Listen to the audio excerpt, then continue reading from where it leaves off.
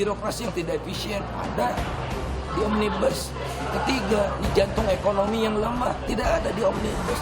Jadi yang sakit apa, ngobatinya apa? Kemudian ditunggangi oleh korporasi ini. Sehingga semua dikasih ke korporasi. Siapa yang dirugikan? Lingkungan, daerah, dan buruh. Jelas. Oleh karena itu harus kita tolak. Tidak akan ada pikiran pemerintah untuk menyakiti buruhnya atau rakyatnya sendiri. Tidak akan mungkin itu. Ya, tidak mungkin. Itu pasti. Pasti pemerintah itu melihat bagaimana mensejahterakan rakyatnya. Karena itu tugas pokok daripada presiden, pemerintah.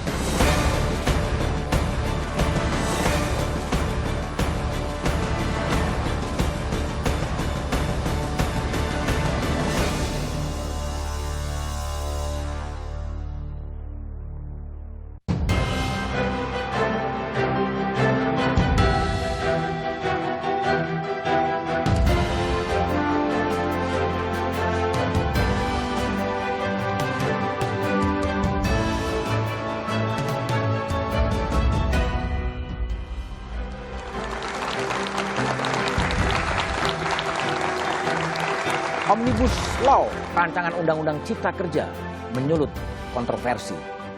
Kaum buruh merasa dirugikan demi kepentingan investasi.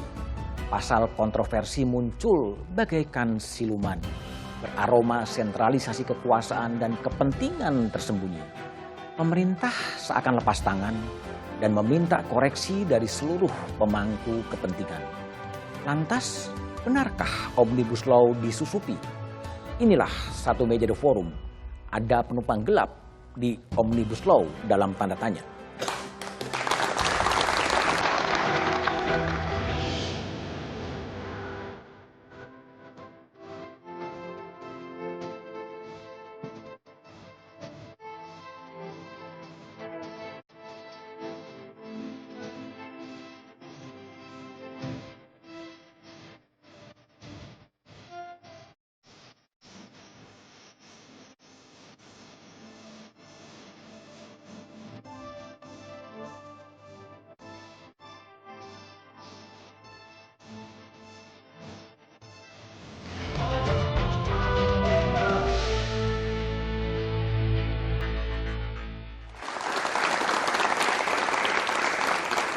Spekulasi adanya penumpang gelap dalam rancangan undang-undang Omnibus Law Cipta Kerja mulai mengemuka.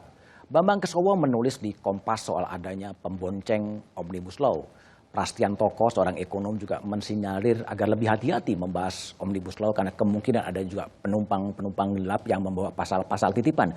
Benarkah ada penumpang gelap? Itulah yang akan saya bahas dalam satu meja The Forum malam ini bersama dengan sejumlah narasumber.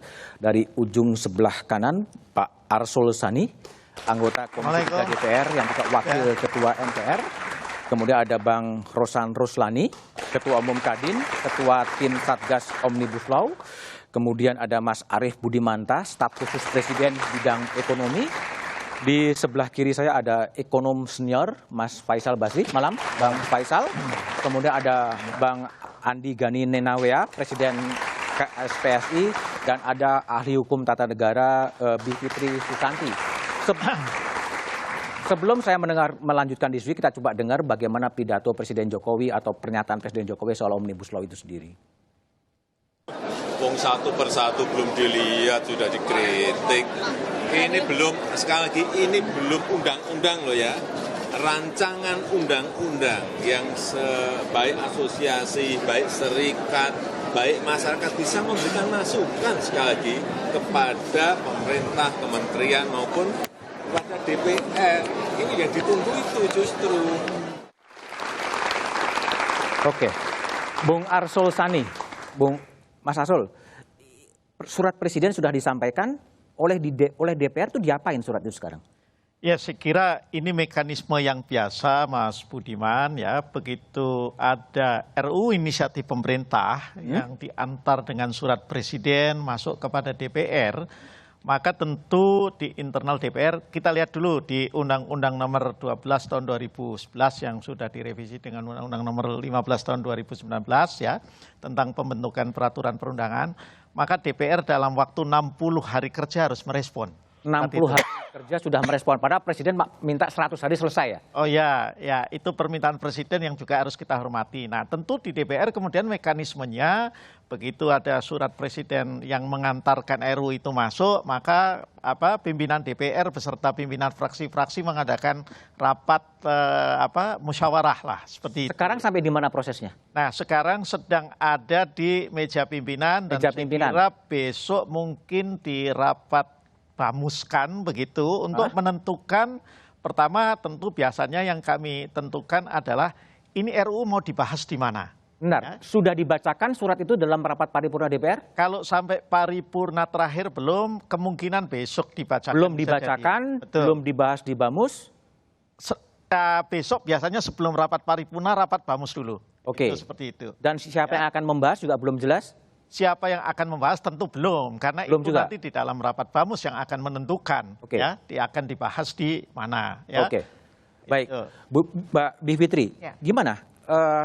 Bivitri lihat ya, Presiden meminta agar undang-undang ini silakanlah masukan diberikan kepada DPR. Tapi proses yang ada sekarang juga dibacakan juga kemudian belum. Siapa yang akan membahas juga belum. Bagaimana Anda lihat dari sisi hukum tata negara itu? Iya, yang perlu dicatat adalah besok itu adalah rapat paripurna terakhir sebelum reses ya. Untuk masa sidang. Untuk masa sidang sekarang. Baru kemudian masuk lagi kalau nggak salah 22 Maret atau sekitar itu ya. Jadi 100 hari saya kira itu adalah perkiraan yang sangat menyederhanakan. Sangat menyederhanakan. Saya kira kita harus ingat ini adalah sebuah undang-undang. Jadi omnibus itu kan metode omnibus ya, itu metode sebenarnya. Memang dalam tanda kutip hanya 174 pasal. Tapi bayangkan yang diatur itu misalnya pasal 18 mengubah undang-undang nomor sekian menjadi bawahnya bisa 10 cabang dan seterusnya. Jadi totalnya ada 1028 halaman. Ya, bayangkan itu.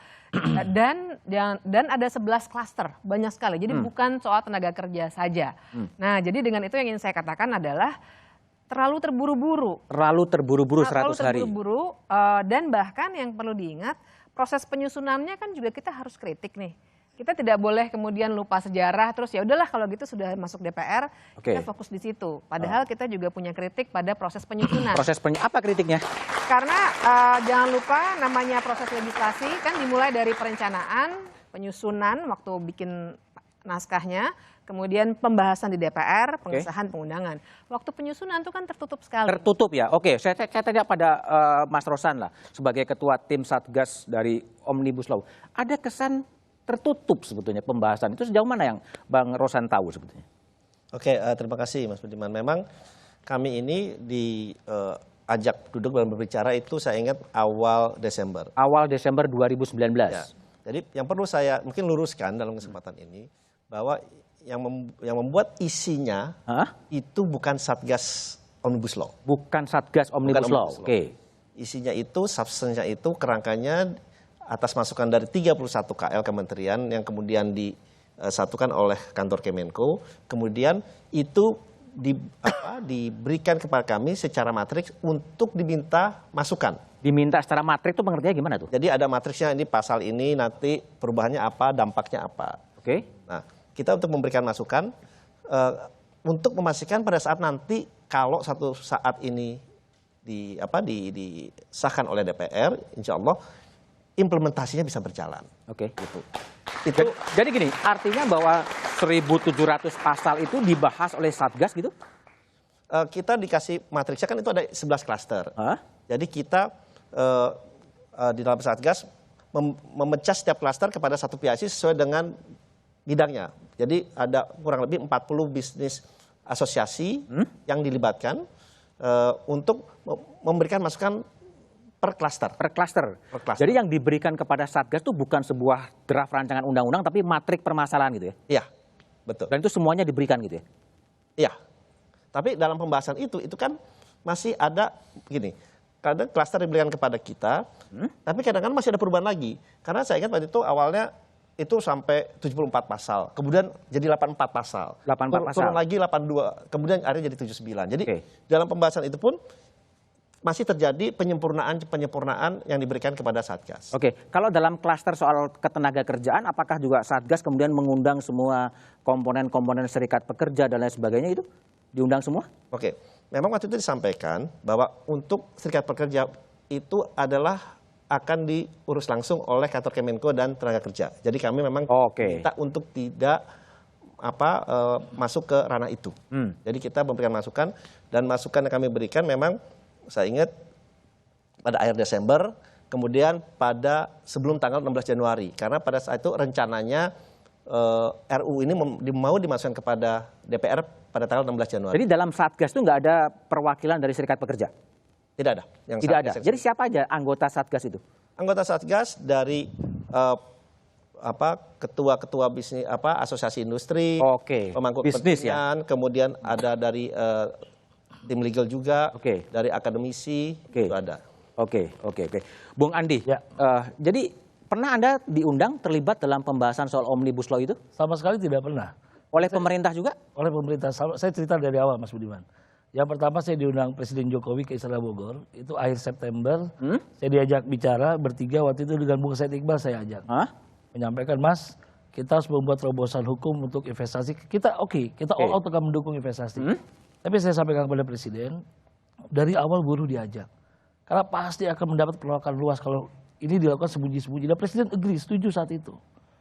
Berjalan terus dan akhirnya kami mendengar dari tim Satgas Omnibus Law. Saya kirim surat protes kepada Presiden dan Menko Perekonomian. Ini ada apa? Saya udah mulai curiga dari awal. Kenapa kami tidak diikut sertakan di sini? Oleh pemerintah pun nggak diundang? Oleh pemerintah tidak diundang dan kami tidak tahu. Ataukah ada pimpinan serikat pekerja lain yang diundang? Nggak ada sama sekali. Saya KSPSI, Konfederasi Buruh terbesar di Indonesia. Tidak diundang? Tidak diundang, apalagi yang lain. Yang lain juga tidak diundang? Tidak diundang. Apa yang Anda baca dari situ? Yang saya baca ada sesuatu hal yang disembunyikan. Disembunyikan? Karena pasti akan mendapatkan penolakan dari awal oleh serikat buruh, akan ada demo besar-besaran. Tapi itu kan pemikiran yang sempit. Buktinya sekarang hari ini kami keliling ke fraksi-fraksi, tadi bersama Bang Rosan juga ke fraksi Golkar. Kami siap berdialog. Demo yang kami lakukan itu adalah akumulasi kekecewaan kami. Dan kami akan coba terus melakukan safari politik ke seluruh partai di DPR. Tapi kalau deadlock, kami pastikan seluruh Konfederasi Buruh akan turun ke jalan besar-besaran. Oke, baik. Saya kembali ke Mas Arief Budimanta yang mewakili staf khusus Presiden bidang ekonomi. Ini ada komplain perwakilan serikat pekerja tidak dibahas, padahal substansi yang paling besar itu mengatur soal isu ketenagakerjaan ya. Itu gimana penjelasan dari pihak istana? Yang pertama tadi seperti yang disampaikan oleh Pak Presiden kan ini masih posisinya rancangan undang-undang ya. Sesuai dengan mandat di dalam pasal 20 Undang-Undang Dasar 1945 itu kan sebuah proses pembahasan undang-undang sebelum itu disahkan kan dibahas secara bersama antara pemerintah bersama Dewan Perwakilan Rakyat. Itu yang pertama. Nah karena dia masih bersifat rancangan undang-undang, maka kemudian masih terbuka kesempatan kepada siapapun untuk memberikan masukan, kritik, saran, perbaikan terkait dengan pasal, ayat, dan seterusnya gitu. Termasuk dalam hal ini adalah substansi, itu yang pertama. Artinya betul komplain dari Andi bahwa memang tidak diajak ketika draft itu dibuat. Ini yang kedua yang ingin kami sampaikan. Tadi yang dikatakan oleh Bu Bivitri tentang penyusunan ya. Penyusunan ini kan melibatkan begitu banyak undang-undang yang dirubah pasal maupun ayatnya. Dan tentu saja pengusulnya itu datang dari kementerian dan lembaga. Ketika proses pengusulan, pastilah kementerian lembaga itu melakukan proses dialog. Stakeholders yang terkait, yang memiliki termasuk dengan serikat pekerja dan kepentingan terhadap kemudahan berusaha, penciptaan lapangan pekerjaan yang terkait dengan undang-undang itu. Nah kemudian yang ketiga, proses penyusunannya itu sejak awal Pak Presiden juga sudah mengarahkan ya terkait satu bahwa ini harus dilakukan proses konsultasi publik yang luas. Itu normatif semua ya, tapi pelaksanaannya dijalankan nggak Mas Arief? Dan saya rasa sih dilaksanakan. Walaupun mungkin ada persoalan intensitas mungkin menurut beberapa teman-teman gitu ya. Sama sekali pernah diundang atau intensitas sebetulnya isunya nih? Tidak pernah diundang. Tidak pernah? Karena itu saya ingin mempertanyakan klaim dari Menko Perekonomian. 10 konfederasi dan 13 konfederasi yang mana? Saya Konfederasi Buruh. Jangan-jangan anggota Anda yang diundang? Nggak mungkin, masa presidennya nggak diundang, kan aneh juga. Ya bisa juga wapresnya mungkin yang diundang. Nggak mungkin. Nggak, jadi pasti nggak ada yang diundang? Yang kita maksud adalah, kenapa dari awal saya curiga. Karena kita pasti akan menentang keras ketika kita melihat draft, Mas Budiman, semua mereduksi kesejahteraan buruh. Dari Undang-Undang 13 nomor 23, 2 tahun 2003. Karena itulah kami yakin, karena inilah kami tidak diajak dari awal. Dan Soal pesangon, soal sanksi pidana terhadap pengusaha, lalu soal kebebasan outsourcing dibuka. Tapi masa sih ini ngomongin nasib buruh, kemudian perwakilan serikat pekerja nggak diajak bicara sama sekali? Ini yang aneh, makanya itu dua konfederasi buruh pendukung Presiden Jokowi, KSPSI dan KSBSI bahkan tidak diajak serta. Tidak diajak serta? Kan lucu jadinya nih, kita yang buat itu siapa draft ini? Kami pendukung Presiden sejak Pilgub DKI, dengan KSBSI, Pilpres 2014, Pilpres 2019, bahkan saya pada hari ini masih Presiden Komisaris BUMN. Dan akhirnya terpaksa saya ambil pilih, saya akan turun ke jalan, saya pimpin demo langsung.